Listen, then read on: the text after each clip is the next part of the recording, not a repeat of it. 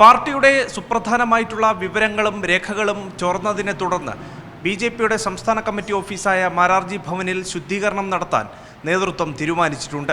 നിലവിൽ 2 പേരെ പുറത്താക്കി. ഇനി 3 പേർ കൂടി പുറത്താകുമെന്നാണ് ലഭിക്കുന്ന വിവരം.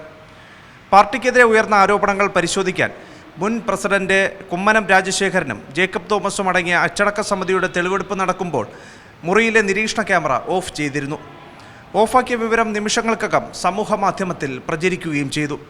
തുടർന്ന് നടത്തിയ അന്വേഷണത്തിലാണ് ഓഫീസ് ജീവനക്കാരുടെ പങ്ക് വ്യക്തമാവുകയും ചെയ്തിട്ടുള്ളത്.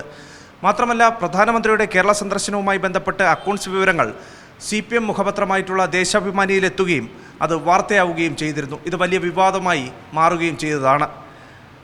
ഇതോടുകൂടിയാണ് നിരീക്ഷണം ശക്തമാക്കാൻ നേതൃത്വം തീരുമാനിക്കുകയും ചെയ്തിട്ടുള്ളത്. കുമ്മനം നയിക്കുന്ന അച്ചടക്ക സമിതിയുടെ അന്വേഷണ പരിധിയിൽ രേഖാചോർച്ചയടക്കം ഉൾപ്പെട്ടിട്ടുണ്ട് എന്നുള്ളതാണ് പുറത്തുവരുന്ന വിവരം.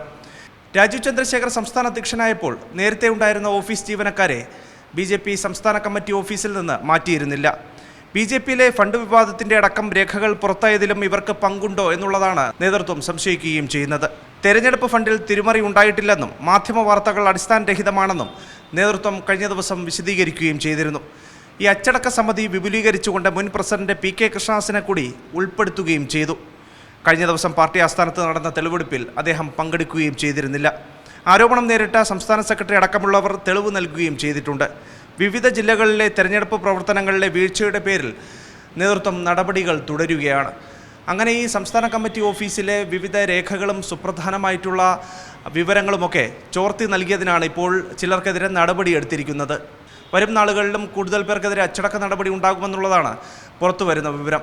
ഇക്കാര്യത്തിൽ ബി.ജെ.പി. നിരീക്ഷണം ശക്തമാക്കുകയും ചെയ്തിട്ടുണ്ട്. പി.വി. രഞ്ജിത്തിനൊപ്പം തിരുവനന്തപുരത്ത് നിന്ന് അഭിജിത്ത്, സി മലയാളം ന്യൂസ്.